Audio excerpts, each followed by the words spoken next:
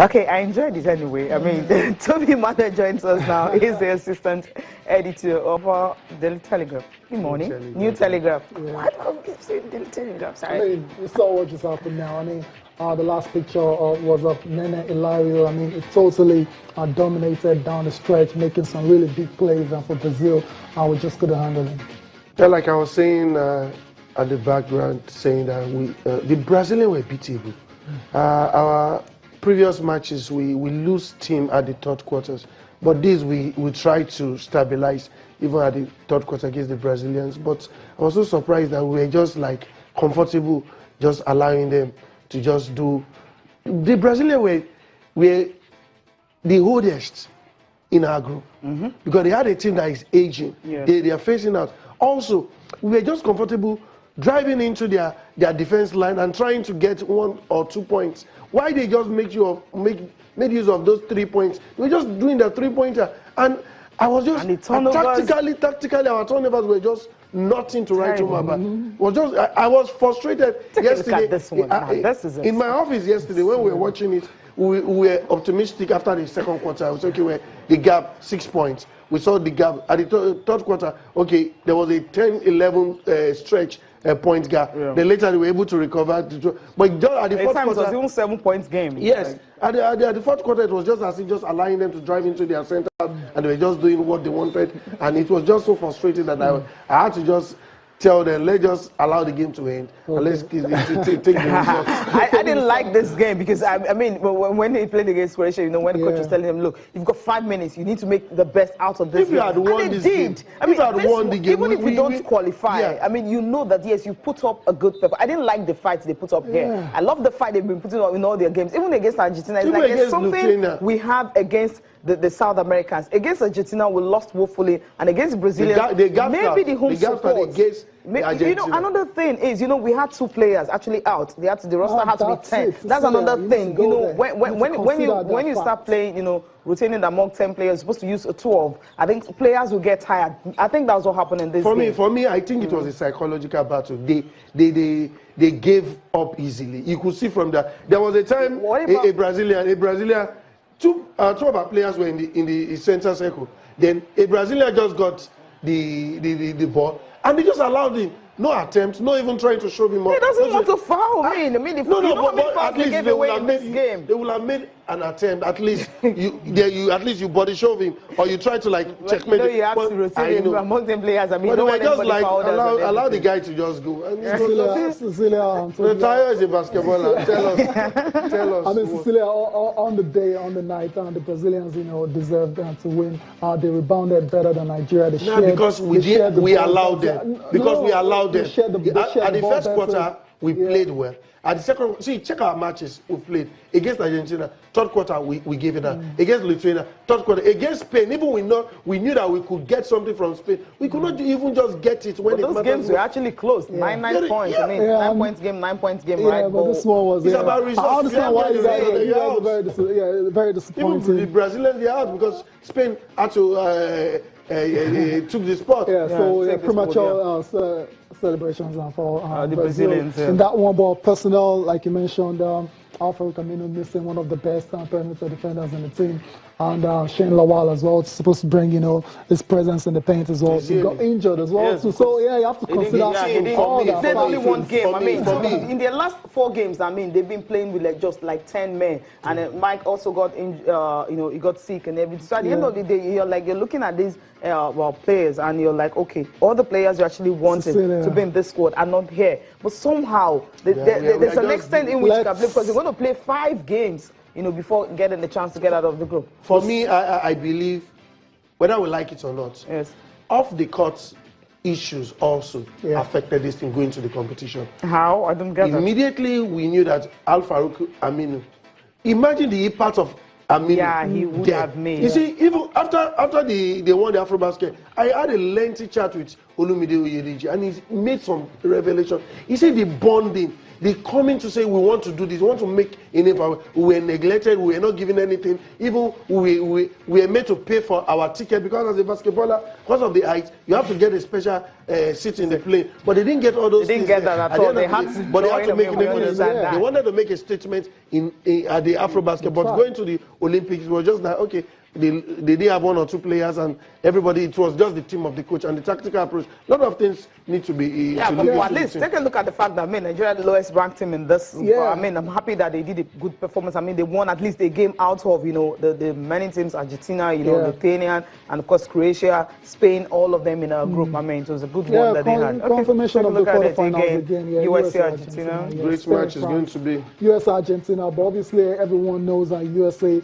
they are the heavy favorites. If they don't win this competition, then it'll be a major upset. Yeah, disaster, whatever word you want to use. Spain, France, that's going to be very tight. You have the likes of Paul Gasol still playing well, going up against another veteran in Tony Parker. For France. The game USA played against France without Tony Parker. They had to struggle. They struggled. It's 3 points game, so exactly. we don't know what's going to happen. But for Nigeria, let's not sound too down on them. Learning curve for them, good experience. We keep going to championship or tournaments to learn. It's our second Olympics. Second, exactly. London we didn't win again, but at least this one we won again. So it's a progression, right? No, London we won a match. We defeated Tunisia. What match did you win in London? Yes. What match? We defeated Tunisia. That's in the group that we were. In London, we won a match. Yeah, but what we're saying now is I'm talking about. We beat Croatia. I'm not talking about Tunisia. That's an African country. We understand. We're talking about the real group. The lowest ranked team in the group. And the players we have. Remember, we didn't have a single NBA player in our squad. It's not a function of NBA. See, it's a function of that. Superstars play basketball. If we know we're going for superstars, then we should do the needful. The insurance issue is something we need to also. If you don't have money, there's nothing you can do about that today. Yeah, right. Seriously, in London, it was a disaster because I remember in the group, I don't think we won a game. The Tunisia one must have been classification or something. I'm not very sure about that.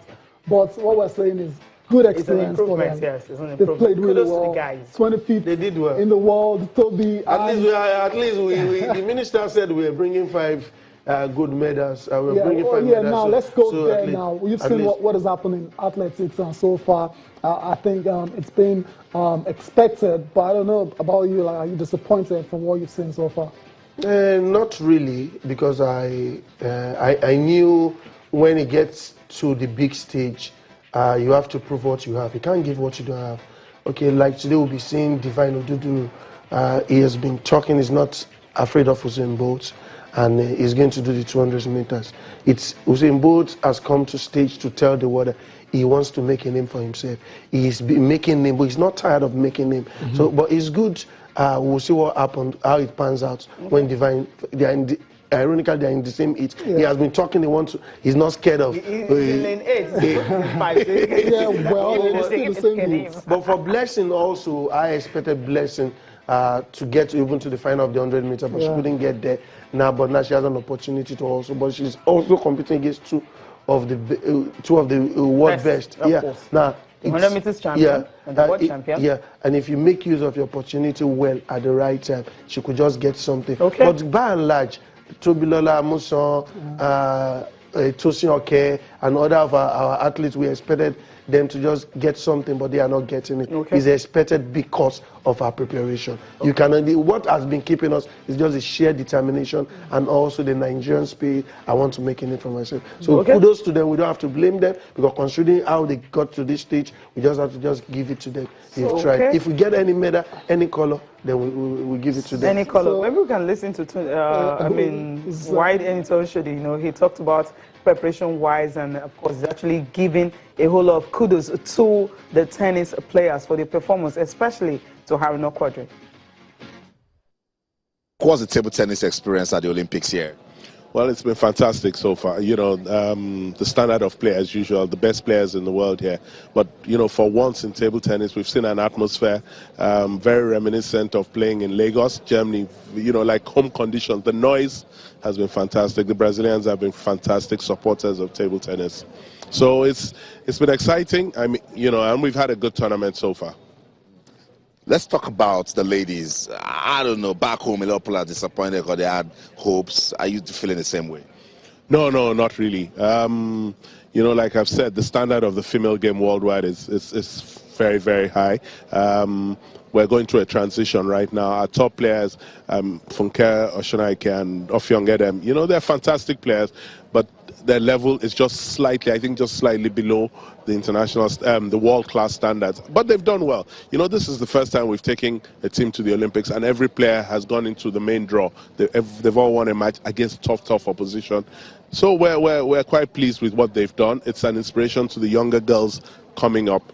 But you know, with the African seniors coming up soon, what I've seen here gives me great hope that we can still hold our own at the international level. But we know there's still a lot of work to get up to the top players in the world. Let's talk about Segun Toriola's 7th experience. What does that mean for table tennis in Nigeria? You know, every time I hear that name now, I just can't help but smile. A hero here in Brazil. Everybody loves Segun Toriola. Fantastic servant for table tennis, for sports in Africa.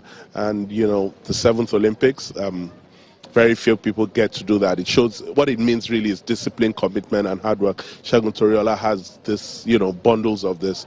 And his play is still fantastic, still at the top, you know, top level. He's having a great competition here, both on and off the table. And he's made us very proud. He's made Nigeria very, very proud here. And if Segun Toriola has made you proud, Haruna Quadri made history by becoming the first African to make quarterfinals at a table tennis event. In all of this, what does it tell about our table tennis? You know, Austin, this is one thing we said. I remember when we took office 4 years ago, 3-4 years ago, we said we need to get a player into the top 100 in the world. Within the first year, we did that, and we said we need to get a player playing at the top level. Haruna Quadri is that player now. World-class Haruna Quadri, getting to the quarterfinals of the Olympics. It's been a magnificent performance. And like I tell people, you have to look at the players he went through to get there. Timo Boll, probably the greatest non-Asian player of all time. Chuang, fantastic player, number 5 in the world. Haruna Quadri he's playing with the big boys now. And, you know, I think most importantly for us in Nigeria, what it does is, you know, we can't wait to get back home. Hundreds of kids waiting to get back into training, waiting to be the next Haruna Quadri. And the chances are there. You know, like I tell people, we go to the World Juniors in a few months in South Africa. What this does for us is that we go there now as a team to be fed, a team to be reckoned with. And, you know, it all goes back to Nigeria. Nigeria is on the map in Brazil. Even without taking a medal, you know, we're a big name here. And for table tennis in Nigeria, in Africa really, like the African president said, this inspires the whole of Africa. Haruna Quadri, number 1 in Africa, 1 in Commonwealth, probably top 20 in the world now. Brings a big smile to my face. Yeah, I love that smile, you know. Table tennis elite, it was an achievement, right, Toby? Yeah, 3 federations president have turned out in recent time. We saw when we brought Eniton to this program, he told us his plans. He's a man with a vision, but the only challenge is that the ministry is not putting the resources down to help him to actualize his plans. Now, he's talking about going to South Africa after this Olympics, but where are the funds? All the athletes that qualify for the Olympics were self-sponsored. He invested so much in Haruna Quadri. Personally, he had to make sure he attended many of these meets so that he could gather points and also qualify. The international exposure Haruna Quadri has gotten is a function of what Eniton Shodi has invested, and that's why he's proud of his investment. Second, Daniel Igali invested so much of his personal resources in making the wrestlers to achieve what they are about to achieve and what they've achieved in the past. The same thing with Solomon Ogba. That's why you see the likes of Blessing Okagbare, Ese Bruma, Divine Oduduru going for qualifiers. Those 3 federations have invested their own personal money funds, even when the federations and the sport ministry are crying that they didn't release funds for them. So what we've seen this Olympics just for us to go and also attend and get more experience and prepare these athletes for a future. Good one for a table tennis, because Quadri and also the likes of Segun Toriola have been able to prove the fact that even with their ages, they'll be able to achieve something for themselves and for the country. Okay, we'll be talking about the medals table, but after this break.